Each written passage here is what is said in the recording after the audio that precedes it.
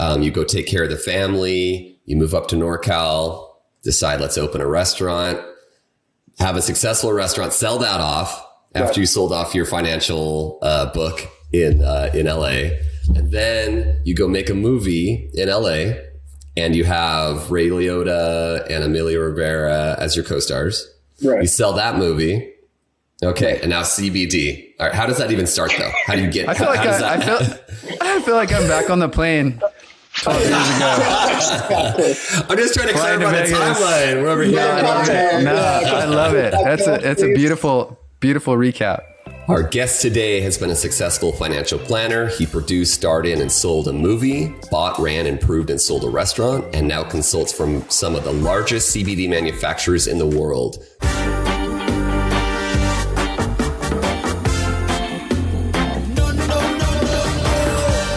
Yo, welcome to the Find Your Freedom podcast, Joel. What's up, Joel? Welcome, man. Thank you for coming on. Thank you for having me. Appreciate it. Let's jump right in on this. I think we have to start with the movie situation, Joel, since that's such like a rare thing for people. Who was it that starred in this movie with you? Ray Liotta, Emilio Rivera, Lane Garrison, Nikki DeLoach. You know, we had a few stars in there. So yeah. So we're not talking about like a D-list, E-list, F-list. This is like legitimate names in this movie. Yeah, you know, it was definitely an experience. I've been acting since I was a kid and had moved to LA, was living, I would say, in almost like a commune of just creatives and, you know, doing the actor life, going out and auditioning and everything else. And we just came together one day and said, why don't we just write, produce, shoot a movie and let's just do it ourselves and see what happens. And it worked out. What's your favorite memory from that period of your life? You know, I think it's probably just working with the group of people that I was with, enjoying that time together. It was very unique. And, you know, obviously working with somebody like Ray Liotta, going to lunch with him and him telling me stories about Marty, you know, this is like Martin Scorsese. I'm just like, yeah. You know, like, okay, cool. You can do this movie with us. Play it cool. Exactly.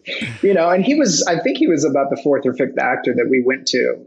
The first four larger people had, you know, passed on the deal, which happens every day.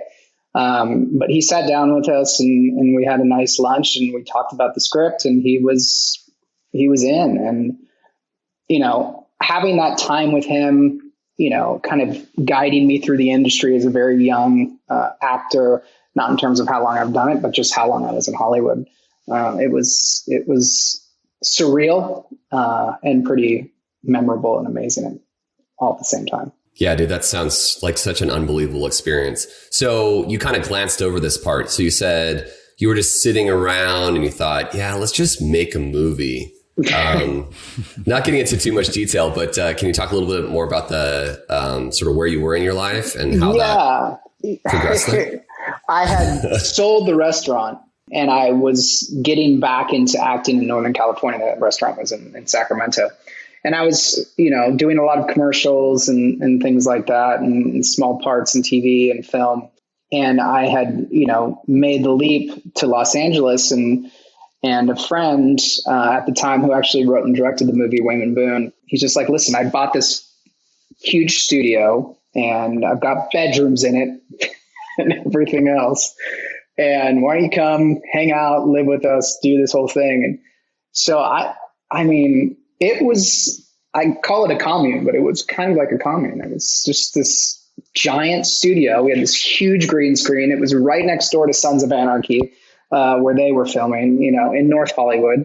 And there was about four of us in there. And every night we would talk film or watch film, or I would do auditions and put things on tape, or we were filming short films and things like that. And at one point, I think we just kind of came together and said, let's just make a full-length feature. And we looked at films, independent films, especially back in the day, very low budget independent films like Buried is not a great example, but that kind of one room buried Ryan Reynolds in a box for an hour and a half. Can you make that entertaining? And low budget. Yeah, exactly. And, the cartel thing was kind of, it's kind of being talked about a lot more in the news. The cartel thing has been around for a long time, but, and then Wayman we had just shot a music video for a band that we knew in this just very eerie, dark place. And he's just like, I think this would be a great place for a movie. And I'm just like, well, it would be a great place for a hostage movie. And, let's talk about the cartel and do that kind of thing. So that's kind of where the idea blossomed, and Wayman went away and I think wrote the movie in, 6 days or something. Like when his mind got going, he just, and he'd come back and we'd talk about scenes and talk about stories and then go back off and we finished. And then, yeah, we went out. So how long was this period? So you decided to make a movie. I mean, you hired all these major actors, you found funding, and you finished the film. Like, what's that time period look like? So it was kind of two parts. So we had done the initial film, found actors like Noel G, Amelia Rivera was starring opposite me, and a few other people. And we had a piece of the film that we had to take out because it didn't make a lot of sense in the time and the money that we had allowed. And we shot that initial part and then went out and started trying to sell the movie. And a group came to us and said, "We love the movie. We're going to give you X amount of dollars," which was a lot more than we had expected. That's always and nice. We took that money and we paid back our initial investors. And then we took the rest of the money and we finished the movie. So we took that part that we had excerpted, put it back into the movie. And that was where Ray Liotta came in, and kind of expanded on the world. So, and then the big highlight of that whole thing, honestly, was when it sold at Cannes Film Festival. It was all over the media. It was, the Hollywood Reporter, all that stuff. I mean, that was a lot of fun. And then seeing it on places like Netflix and things like that, that was probably the most exciting part, So you can go ahead and say the name of the movie now, since people can go check it out places. It's called The Devil's in the Details. Such a and good. you still find it on, Apple and Amazon and all those fun places. So what a cool accomplishment, dude. Such an awesome accomplishment. So end of the day, do you recommend people go out and make movies? Is this something you think is like recommended? Listen, I'll say this. When I sold out of my last company this last year in December, and in January, I started acting again. And I'm working with my agent in LA and going for film and television auditions. And someone asked me, like, why are you doing this? And I'm just like, I act because I have to.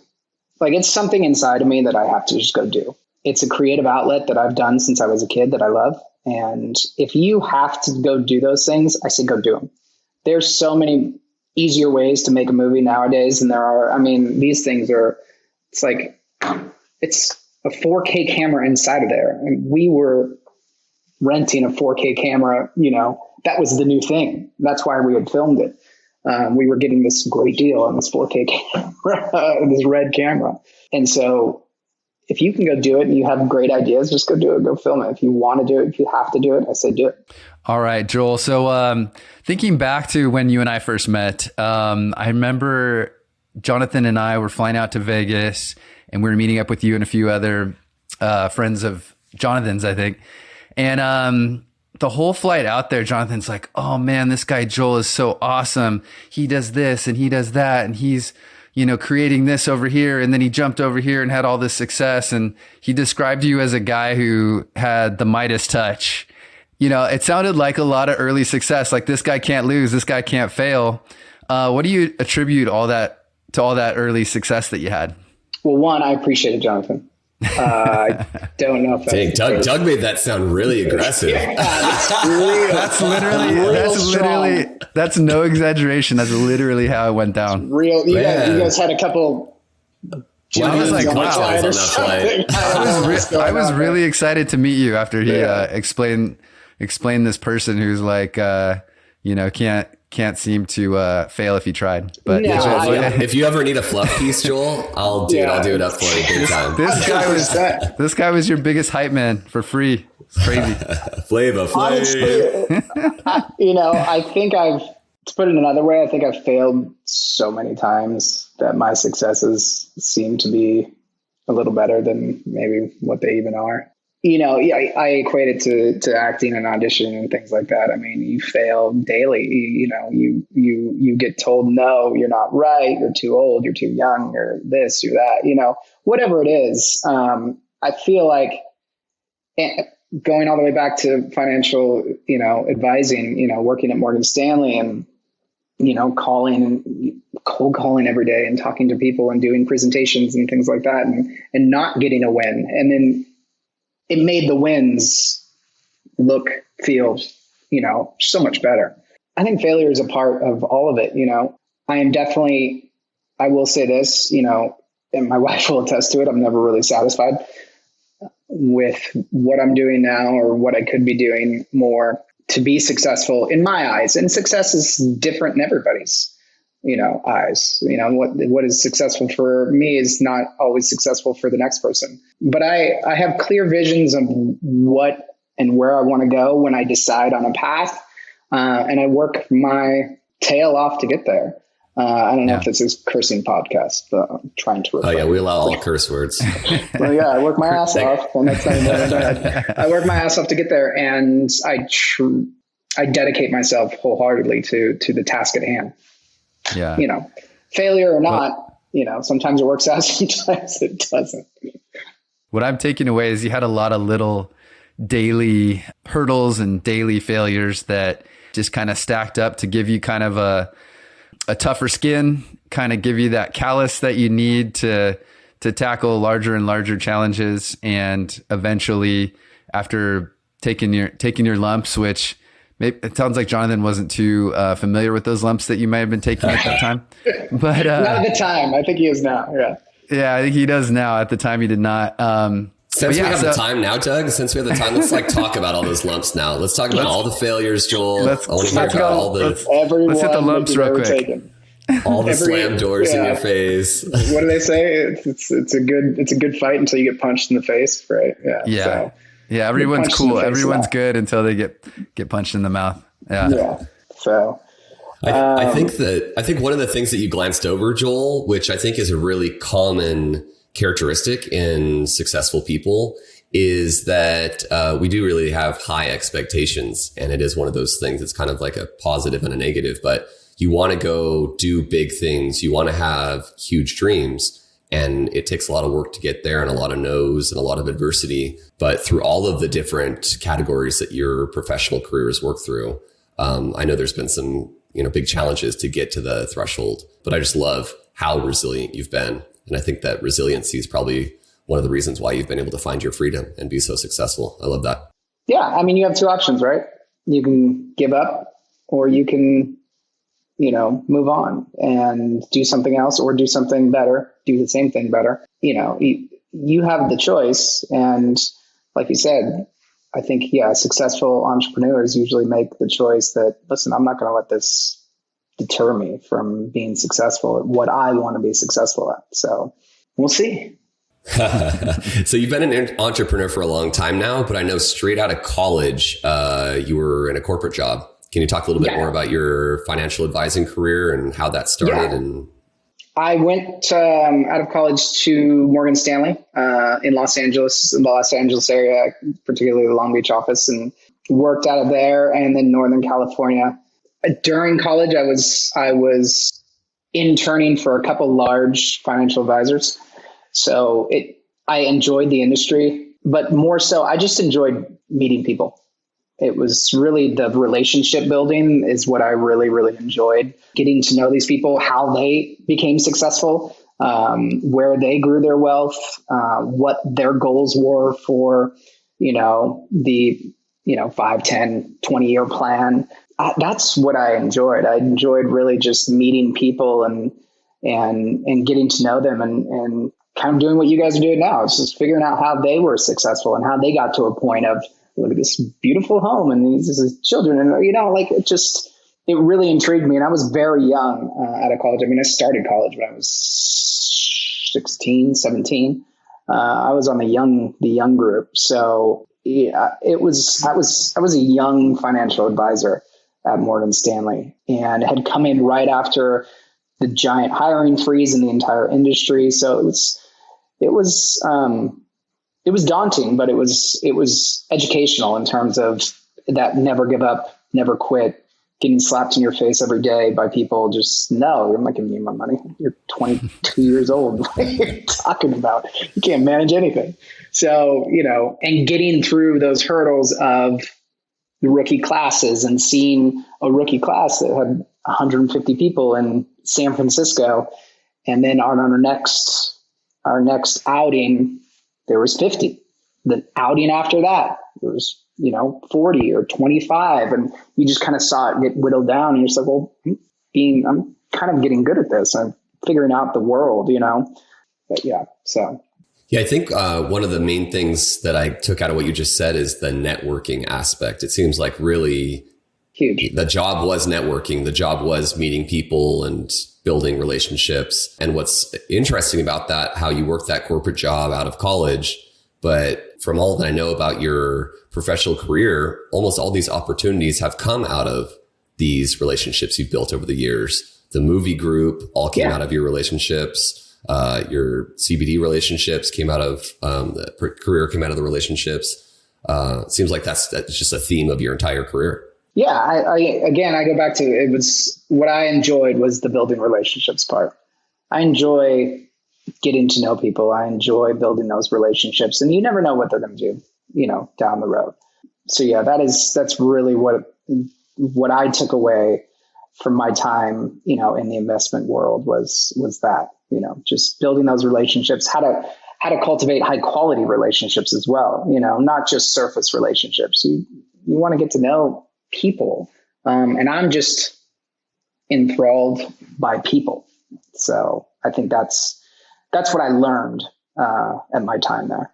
Is there any lasting investment advice that you have for the audience? I know you weren't handling the investments in that period, but is there anything? So high, yeah. Oh, there you go.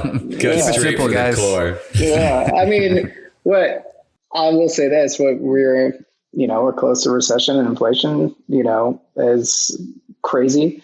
You look at recession proof stocks and things like that, so, I mean, it's an interesting time. I will say that right now. Yeah. A lot of opportunities out there. So what was the reason you ended up leaving your financial career right out of college, which you were successful in? It was personal, which kind of led into, the whole world, into the CBD world.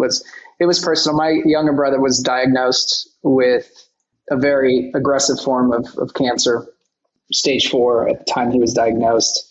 So I spent some time in Los Angeles and tried to stay there, but him and I were very, very close. And I moved my book back to Northern California, Sacramento, where my family was from. And it's difficult being that young, moving a book of business 300 miles away from where you should be in your office, talking to these clients that I've cultivated over, a period of time. And it became just more of a disconnect with me and my clients, and that relationship that I had built, the distance, just started to eat away at it. And I think, my brother being so sick for the 14 months that he fought the cancer, it ate away at me a little bit. Yeah. Yeah. That makes total sense. The priorities go take care of the family. And that's what took you back up north. That's what took me back up north. Eventually I went to the other side of the business for a time and got out of it and got into the restaurant industry after that. Let's give that a try. All right. Here comes the curtain goes away. Next scene, restaurateur. All right. So you start a restaurant. All right. Let's meet Joel, the restaurateur now. We built one restaurant. Cool. Okay. So my family was in the restaurant business. My dad was a restaurateur for sure. Somewhere in the range of like 15 to 20 restaurants he's opened, built, and sold, off. He had a piece of property. It was during the downturn. He had a piece of property that was about to lay dormant, and it was a very large, let's say, nut for him to take on as a monthly, debt. And I had some money from my investment job, and I said, listen, I'll come, and I think I can do a restaurant that Sacramento needs. So I put in what I called a high-end sports bar. I opened at exactly the right time. It was like the San Francisco Giants started doing really well. We had World Cup. I think it was like the Olympics. I mean, everything just kind of snowballed, right? And it became very successful. And it was a very successful sports bar in Sacramento that I ran for two or 3 years.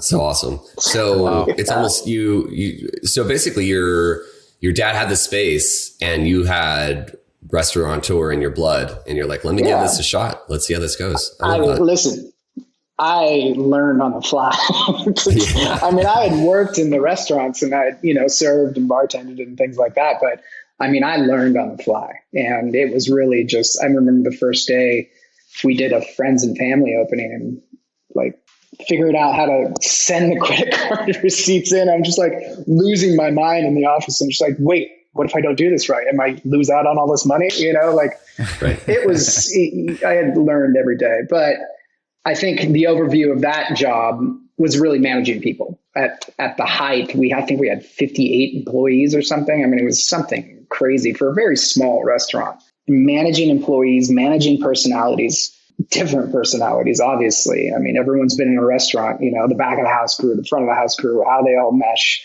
And then, and we've all seen those restaurant reality TV shows. I mean, they're very true. It's very incestuous in a restaurant. God, if you've ever worked. I would have loved to see a video of you setting up this restaurant for the whole first year.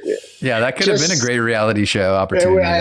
It would have been a great reality show for sure. But dealing with, it was really, that's where I learned to manage people, manage personalities, try to get the best out of people, motivating people on a daily basis. Like it's little things that you can take, into any type of, management experience, is just coming to work every day and getting the best out of your employees when sometimes they don't want to be there.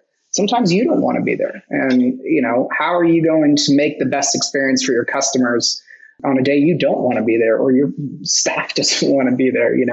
It's a grueling lifestyle. I have nothing but respect for restaurateurs. I mean, I don't think I took a day off for a year and a half. And the first day I took off was actually for an acting audition out in San Francisco.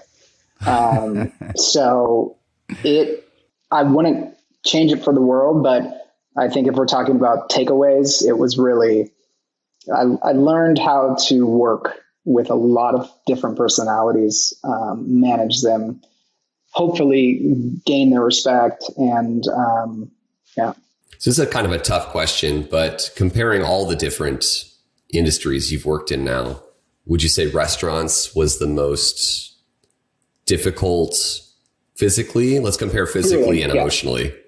Grueling. Yeah, it's the most grueling for sure. And unless you're, I don't know, like I'm in Arizona, so Sam Fox or someone like that, it's grueling. And if you're a small business owner, and my heart ached during COVID because you saw the restaurant industry just get, especially the small business restaurant industry, just get annihilated, and I remember those times. I mean, I remember, we were somewhat successful, but every 2 weeks during payroll, it was like, ooh, enter. Am I going to have enough money in the account? It's a constant grind. And, for very small businesses, and I love supporting small restaurants. That's, I would not suggest it to the faint of heart. Let's just leave it at that. 100%. Well, it's soft recommendation. It sounds like you got in there, Joel, and fought the battles, didn't take a day off for the first 12 to 18 months, and kind of did what you had to do, and then moved on once again. So moving into the next era or chapter of Joel's diverse and and a varying career. So you kind of moved into the CBD space. Now, what year was that? And how long have you been working in that industry? So I've been in the industry roughly 7 or 8 years. And so in terms of timeline, after we sold the restaurant, then I did the movie and then got into CBD after that. Right. Gotcha. And I was doing let me clarify that for everyone. All right. So college, financial advisor, and then your incredible brother, you go take care of the family, you move up to NorCal, decide let's open a restaurant, have a successful restaurant, sell that off after you sold off your financial book in LA. And then you go make a movie in LA and you have Ray Liotta and Emilio Rivera as your co-stars. Right. You sell that movie. Okay. And now CBD. All right. How does that even start though? How do you get, I feel like I'm back on the plane 12 years ago. I'm just trying to clarify the timeline. We're over here. I love it. That's a beautiful recap. Yeah, that's the timeline. So this was another relationship. He had got into the industry very, very early on, and he had come over from the THC world. And the CBD thing's going to be very, very big. I'm just like, okay, whatever. Didn't really understand it. I'm not a big THC person, so it just wasn't where my antenna was going, right? And I was concentrated on acting and doing all of that.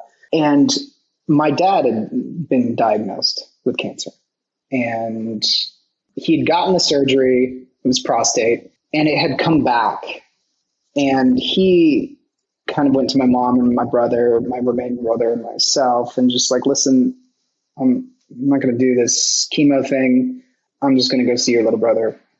If God takes me, God takes me. So my friend came to me. He's like, listen, believe me or don't believe me, but look at the CBD stuff. And he gave me a bunch of gels that they were making, soft gels, right? So it's the crude extract and the soft gel. And he's just like, he was very close to my dad. Just have Jerry take 3 to 6 of these things a day. Just start taking. So he did it. And 3 months later, he went back to his doctor and they couldn't detect the cancer in his prostate anymore. So fast forward now, I've been in the industry a very long time. I've seen so much of this anecdotal data that I can't deny the benefits that CBD does to the body. Still not a lot of scientific hard data out there, but there's more and more coming that are saying, what it actually does. So that's when I'm just like, well, this is interesting. And there's no THC in it. So it could be legal, right? To just sell everywhere. Okay. Now you've got piqued my interest, right? So in the beginning, I was just working with him and working with another person that was working with him and creating relationships, going out, and there was a spattering of companies that were doing it, trying to get in the door. Like, listen, we'll sell you this bulk material of CBD and go from there. And it just skyrocketed, and, we branched off and I started another company basically with this other gentleman and we grew this company. It went like a rocket ship for a couple of years, and it was kind of mind blowing actually, how big the industry got overnight. And being in an emerging industry was again very difficult, but it was really exciting, and still is, because it's still very, very young. So that's how I got into it. Yeah, to contrast that with the restaurant business, I mean, you run these thin margins. It's grueling. I mean, there's upside, but you're kind of capped and limited. It sounds like this is a very, very different situation for a young entrepreneur to find himself in, where the upside feels pretty limitless there. Yeah. I mean, we never took it to the brand side, and sometimes I kick myself and just go, I should have started a brand when I got into this, because a lot of my clients, I work with very large brands now, some of the most successful in the industry. And they've done phenomenally well. They've also had hurdles too, because it like I said, took off. And then during kind of right before COVID and everything else, there was an oversupply in the industry and it just tanked, right? And I think there was just, muddying of the waters, and it just kind of flooded. Everyone's throwing CBD into everything. I mean, literally, I was in a Home Goods and I saw CBD sheets, and I took a picture. I'm just like, you guys, this is we've gone overboard. The CBD sheets is the exactly is the indicator. Like, yeah, it's going to get through your skin, and come on. I mean, it got a little crazy, but I still wholeheartedly believe in CBD as a remedy, anti-inflammatory. What it does for the body, I am no doctor, but what I see is it helps put the body back into homeostasis, which allows the body to work the way was born to work, which is why you see maybe some things, the immunity system actually attacking cancer cells and not staying away from them.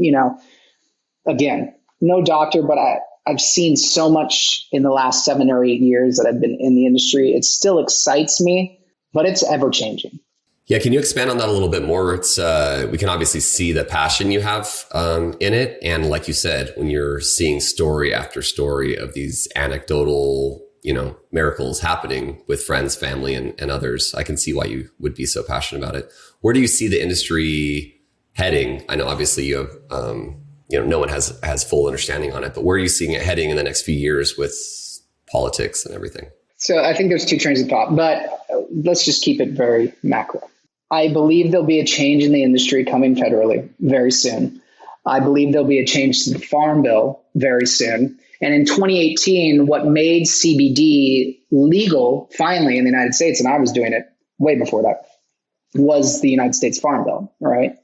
Prior to that, we were bringing it in from overseas because the only way to do it legally was to bring it in from overseas, bring it in, process it, and then sell it. And we could bring it because it's a different kind of hemp that they grow out there. The industry has turned into something a little different now, where people are using what they call derivatives. And what they're doing is they're taking the CBD molecule and they're adding something to it to create something else. And what that something else is varies, but it's another cannabinoid.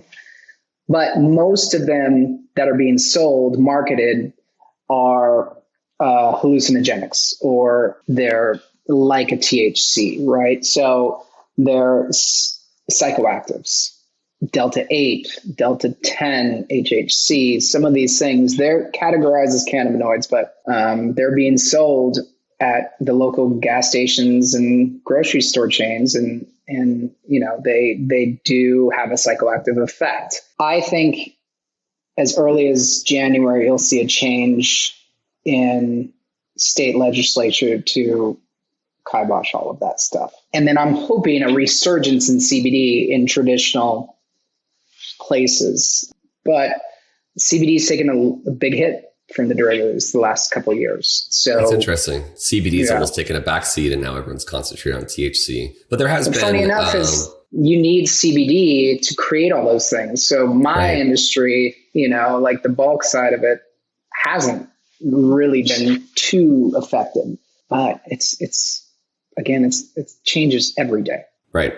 So sticking with that macro piece, through all these different industries that you've been through, did you have mentors in each of them, or has there been a kind of a constant mentor for you?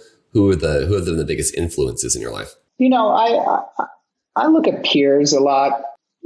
People like yourselves. We've known each other quite some time, and friends that I've had for a long time. I mean, I say that I'm one of the luckiest guys in the world because if I ever get in trouble, I have all doctors and lawyers as friends. Whether I'm sick or I need a good lawyer. They all spent a lot more money in college than we did. So I speak to them a lot. It's really peers. I do have somebody that I would consider a mentor, Jeff Toy. He was introduced to me by a really good friend, and he's really just an entrepreneur's, best friend, I guess I would call him. When I was CEO of this last company, he really took my hand and kind of, led me through some of the landmines that I might hit. even though there was a lot more. So what types of things is he telling you? What are some of the gems that you get from those discussions? Gems. I think it's always, it really does come down to confidence, and it's have confidence in yourself, have confidence in what you've done, have confidence in what you've built. And I think if anything, it's really listen to your instincts. I feel like if I look back on my career and multiple careers, the only time I've really gotten in trouble is when I've not listened to my instincts. Those are the things that have really, the times I've just like, no, I think I can trust this guy, even though something deep inside of me is saying, no, you have to be able to trust and have confidence in yourself that you know what's right or wrong for you and your career, or for you and your company.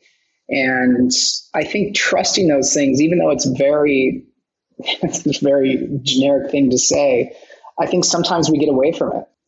Trusting those instincts, I think we all inherently have, I think it's 9 times out of 10, you're going to be right. So he was very much a proponent of do good, listen to people, but always trust your instincts and do what you think is right for the company, And if it gets you in trouble, it gets you in trouble. But again, 9 times out of 10, you're really taking the right path. Trust your gut. Yeah. Is what I'm hearing 100%. On that one. So we know Joel, we've known for a long time, but our guests now know that you're a serial entrepreneur and have tried your hand at a lot of different things, had a lot of success in different arenas. What are you looking ahead? What are some of your goals that you have for the years ahead? What I've loved about this year was time. And I remember having this conversation with Jonathan a long time ago.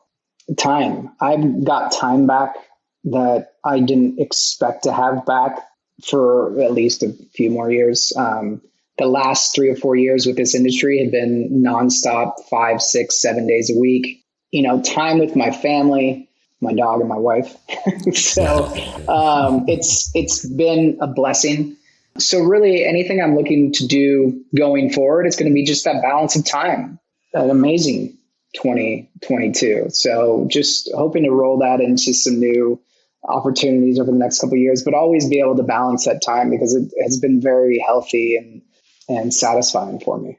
Absolutely. I think in our 20s and 30s, we're so focused on finding success and finding freedom. And it sounds like now you've had a lot of success and now you have that freedom and you have that time. And I think as we move into our 40s, it feels like, okay, now we get to start prioritizing our time and having that back a little bit. Just again, kind of reflecting on your illustrious career, what was the single most important decision, most beneficial decision that you think you made during the last 20 years in your career?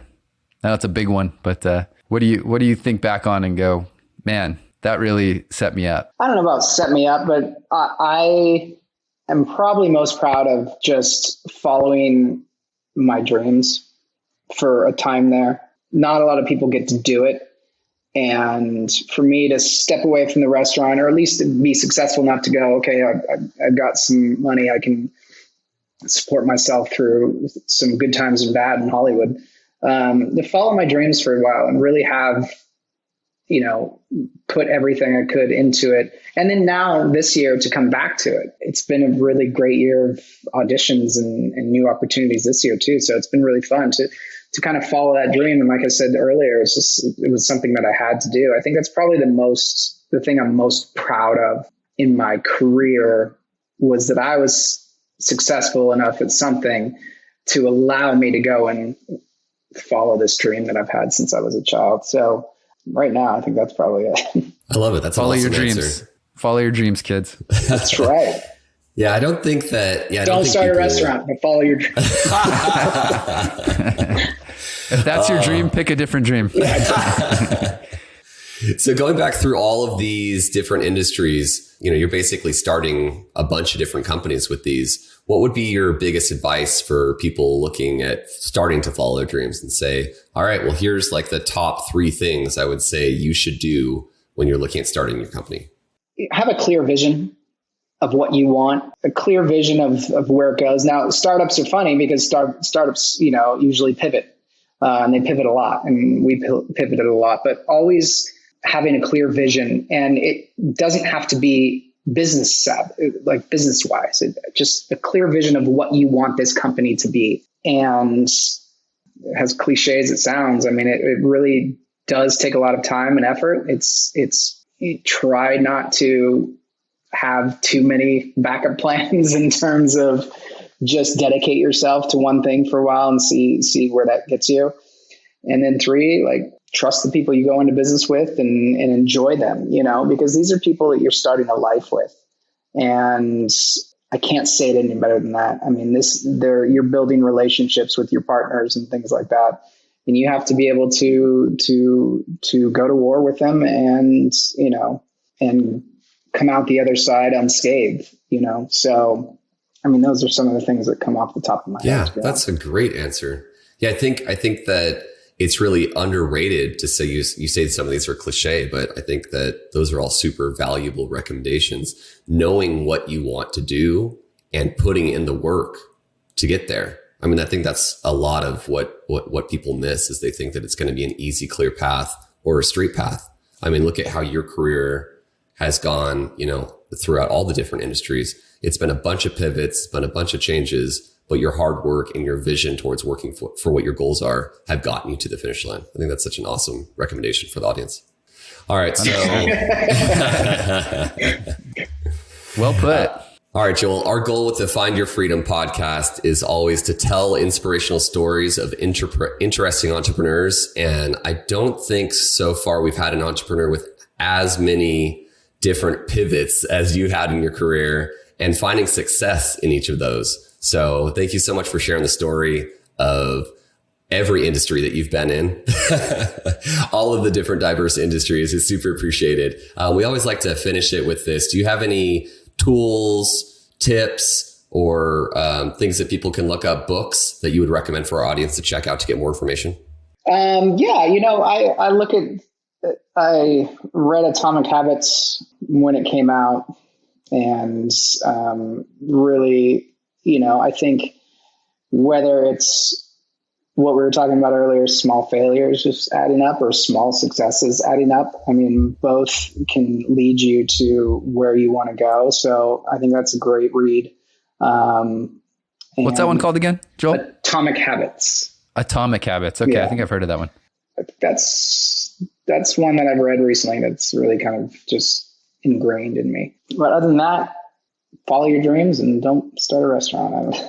I love the follow your dreams thing, because I think it really is something like for me personally, like hearing you say, I just need to act, it doesn't, register with me at all. But with you, it's been a constant. I mean, you were doing it as a child.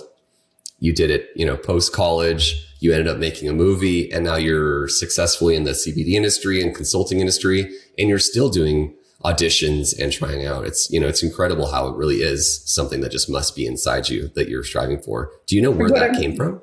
I mean, whatever that is for you or whatever that is for anybody. I mean, I think for me, the first time I was on stage and I got a round of applause, I just, that was it. I was hooked. So, and like you said, I was very young. I was I've been acting for a long time.